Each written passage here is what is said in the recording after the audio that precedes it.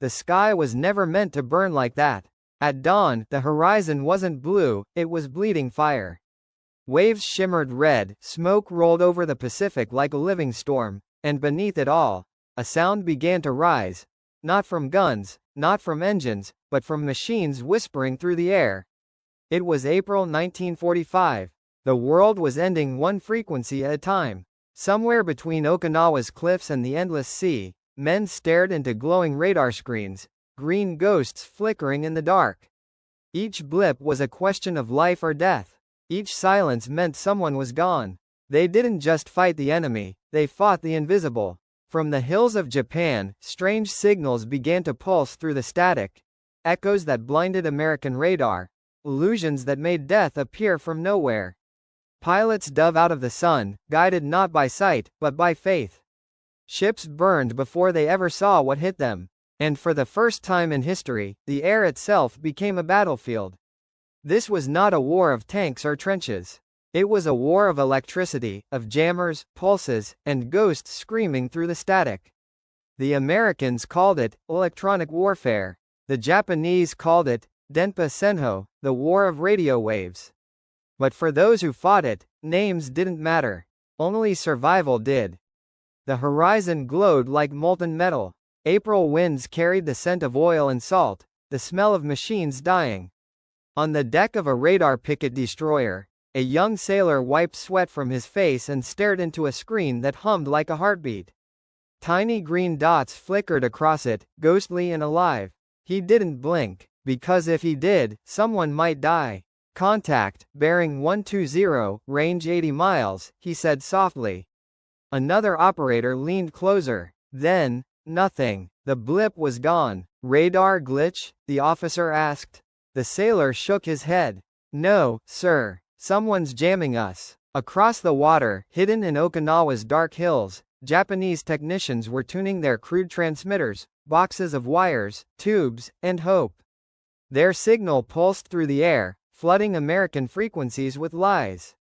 Ghost echoes danced across the U.S. radar, phantom squadrons that didn't exist, false targets that pulled anti-aircraft guns in the wrong direction. By the time the truth appeared, the real planes were already above them. The USS Bush was one of the first to fall. Her radar had just detected a wave of approaching aircraft when the screen filled with static. The sound was deafening, a storm of invisible noise. Then, silence. Moments later, the sky screamed. Kamikaze planes burst through the clouds, sunlight flashing off their wings. Each pilot had a white scarf, a prayer, and a mission he would not return from. They dove like meteors. The first hit the radar mast. The second struck the deck. Fire ripped through steel, men vanished in smoke. The radar screens turned black, and with them, the ship's eyes went blind. Far away, inside the Fifth Fleet's command center, Admiral Spruance read the report in silence. He had seen destruction before, but never like this. The Japanese weren't just attacking ships anymore. They were attacking vision itself. He looked up and said quietly, "They're not fighting our men anymore. They're fighting our machines." Within hours, a new order spread through the fleet. Electronic countermeasure teams, ECM, were to be formed immediately. Their mission: jam the jammers. Fight fire with fire. Deep below deck, sailors worked among cables and glowing tubes, building strange devices that hissed like serpents. They turned dials, adjusted frequencies, and unleashed bursts of static so loud it made the air vibrate. Whenever the Japanese sent interference, the Americans sent more powerful waves back, drowning their signals in white noise. It was chaos. It was progress. And it was the beginning of something no one could fully understand yet. A technician wrote in his notebook that night, "It's like the air itself is alive. Every time the radar flickers, I feel something breathing inside it. We fight ghosts now, ghosts made of sound." Night fell over Okinawa like smoke. The sea shimmered under the moonlight, littered with burning oil. Somewhere out there, a radar operator watched his screen blink once, then fade. He whispered a prayer, not for victory, but for signal. Because in this war, signal meant survival. That was only the beginning. The flames on the horizon were growing. And the invisible war, the one fought in silence and static, had only just begun. The storm never truly ended, it only changed shape. By May 1945, the sky over Okinawa had become a living machine, full of smoke, static, and signal. The horizon itself seemed to hum. Every spark of lightning, every flicker of radar, every pulse of electricity carried something unseen, something that could decide life or death. Inside the USS Bora, a newly commissioned destroyer fitted with experimental electronics, Ensign Thomas Hale sat hunched over a table of humming circuits. He was 23, a radio engineer before the war. Now, he was fighting an enemy he could not see. The ship's loudspeaker crackled. Attention, Japanese frequencies detected at band 967. Possible jammer. All ECM stations respond.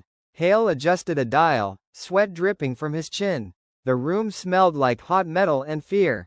He heard it then, a faint tone buried under the static. Not random noise. A pattern. 3 pulses, then silence.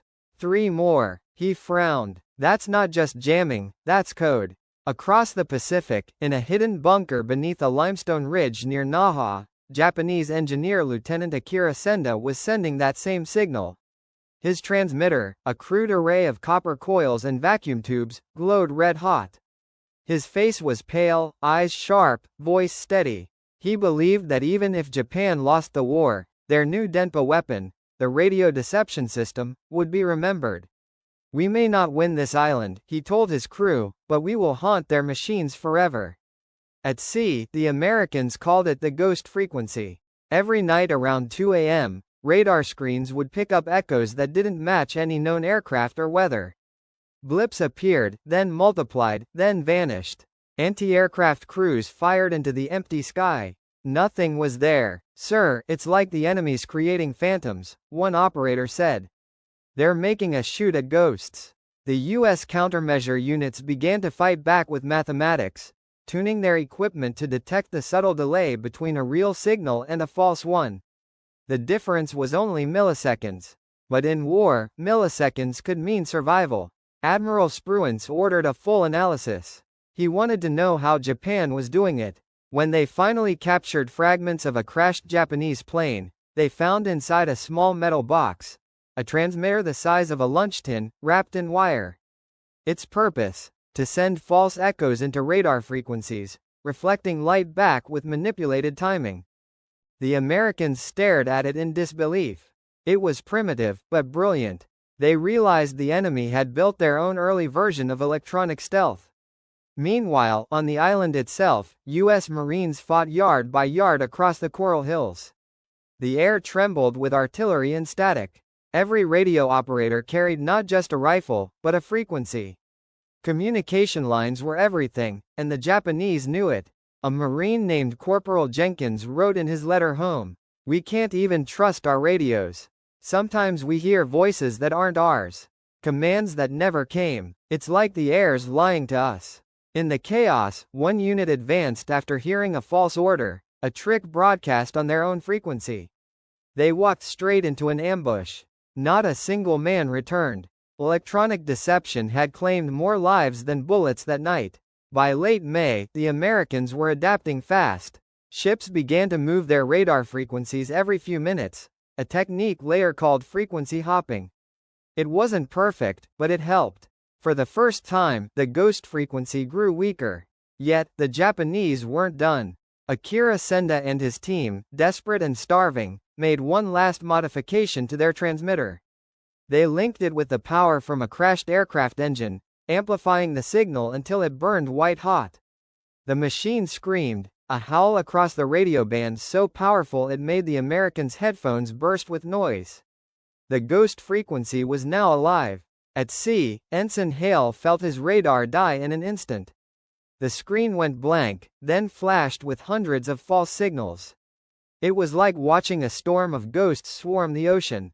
Then, among them, something real appeared, a swarm of kamikazes breaking through the smoke. Visual contact. Bearing 140, the sky erupted. Anti-aircraft guns turned the horizon into lightning. Ships burned. Men shouted into radios that no longer worked. And above it all, the strange tone of the ghost frequency screamed like a dying star. By dawn, the sea was quiet again. The USS Bora survived, barely. Hale sat among the wreckage, his headset still humming. The enemy signal was gone, but in its place was silence. Not peace, but exhaustion. He looked toward the rising sun, the same sun printed on the wings of the planes that had tried to kill him. For the first time, he understood what this war really was. Not a war for territory. Not even a war for victory. But a war to control the unseen, the waves that carried the voices of both sides. The fire on the horizon was more than smoke and oil. It was the birth of a new kind of power, one that would never again be turned off. Night had fallen over Okinawa, but the darkness wasn't complete. The horizon burned faintly, a dull orange glow that pulsed like a heartbeat. Ships drifted in silence, smoke trailing behind them like ghosts on the water. Every few minutes, thunder rolled across the sea, not from clouds, but from guns. And beneath it all, the air still whispered. Inside the control room of the USS Bora, Ensign Hale sat with his headphones on, listening to the invisible. The radar hummed softly again, repaired, but fragile. Static hissed, the ocean of sound filled with faint rhythms. He couldn't tell if they were signals, or echoes of the dead. "Contact on band 967, his operator muttered. Hale stiffened. That frequency again, the ghost frequency. He turned the dial slowly. Through the static came a faint, human sound, a voice. Japanese, distant, calm. Then another. Then a dozen more, overlapping. It was like listening to a crowd of ghosts whispering from beneath the sea. Far away, in the shattered remains of the Japanese transmitter bunker near Naha, Lieutenant Akira Senda sat slumped over his console.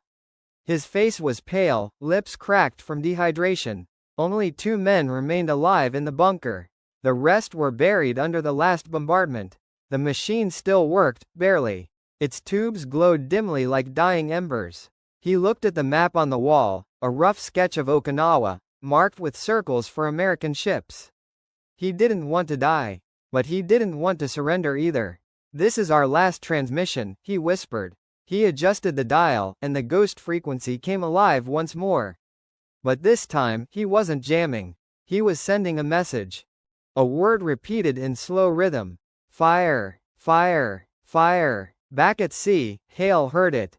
The signal rose and fell, over and over. His commander leaned over. "What the hell is that?" Hale didn't answer. He was already decoding it. Single 3 pulses, pause. 3 again. It wasn't Morse, not exactly, but it was deliberate. Then the radar began to light up again, hundreds of dots, closing fast. Air contact, multiple bearings. But as the gun crews raced to their stations, the first explosions didn't come from above. They came from below. Japanese suicide boats, Shinyo, tiny craft packed with explosives, were racing through the waves, guided by the same radio frequency the Americans were tracking. The ghost frequency wasn't a warning. It was a beacon. The Bora's searchlights cut through the smoke, revealing shadows darting across the black water. The gunners opened fire. Tracer rounds arced across the sea like meteors. Each hit ignited the water in brief flashes of white fire. But there were too many. One boat struck the destroyer's side, the blast ripping through the steel hull. Hale was thrown to the deck, ears ringing, blood dripping down his forehead. He tried to stand, but the ship was already listing. Sailors screamed as the sea rushed in. Somewhere behind him, the radar exploded, sparks raining down like fireflies. Through the chaos, the ghost frequency kept calling. Fire! Fire! Fire! By dawn, the Bora was gone. Only a handful of survivors clung to floating debris, staring at the burning horizon. The ocean was red. The air smelled of metal, fuel, and death. Among the wreckage, Hale floated on a wooden plank, barely conscious. The signal still echoed in his headset, faint but steady. He whispered to no one, "Why won't it stop?" Then, silence. The ghost frequency vanished. Back on Okinawa, Akira Senda's bunker was silent too. He had collapsed beside his transmitter, his last words written in his notebook. "If sound is the soul of war, then let it remember us." Let the waves carry our ghosts forever. His signal, once a weapon, became an echo, a faint vibration that drifted across the Pacific long after he was gone. Days later, American engineers examined captured Japanese equipment and decoded what remained of the transmissions. They found the words buried in the noise: "Fire on the horizon." It wasn't a threat, it was prophecy. Because the scientists who studied that signal would go on to design the first modern radar jamming and countermeasure systems, the foundation of every electronic war that would come after. As June 1945 came, the Battle of Okinawa ended. But the War of Signals did not. Even as peace returned, the air never went quiet again. The invisible fire born over Okinawa spread across the world, into satellites, missiles, and unseen skies. The soldiers left, the ships sank, but the static never stopped. Sometimes, on clear nights in the Pacific, radio operators still report hearing a faint pulse on old frequencies. 3 beats, a pause, then 3 again. No one knows where it comes from. Maybe it's just interference. Or maybe the ghosts of that war are still talking, their voices traveling forever through the air, across the burning horrors. June 1945. The island of Okinawa was silent, but the silence was not peace. It was the sound that comes after too much noise, after too much death. The sea was calm again, but beneath that calm floated the ghosts of ships, and the whispers of signals that refused to die. Ensign Thomas Hale sat inside a field tent on the beach, his body bandaged, his hands trembling. He had survived the sinking of the Bora, but the sound of the ghost frequency still lived in his ears. Even without his radio headset, he could hear it, faint, rhythmic, 3 pulses, then silence. It wasn't just static, it was memory. Outside, engineers were gathering the remains of captured Japanese transmitters, melted boxes, broken antennas, fragments of copper and wire. What they found inside astonished them. The Japanese had used natural resonance from the island's cliffs, bouncing radio waves through the limestone itself, creating phantom signals that could travel miles. A fortress made not of stone, but of sound. One scientist whispered, they turned the island into an antenna. That evening, Admiral Spruance arrived at the makeshift camp. His uniform was clean, but his eyes were hollow. He looked at Hale, then at the pile of damaged electronics. Did they really believe they could win with this? Spruance asked quietly. Hale didn't answer right away. He turned a small dial on one of the half-broken transmitters. The machine crackled, hissed, and then, faintly, a voice emerged. It was old, weak, distant, but unmistakable. Japanese. The same voice that had once called through the static. Spruance froze. What is it saying? Hale listened. The voice repeated 3 words, again and again, slow, calm, certain.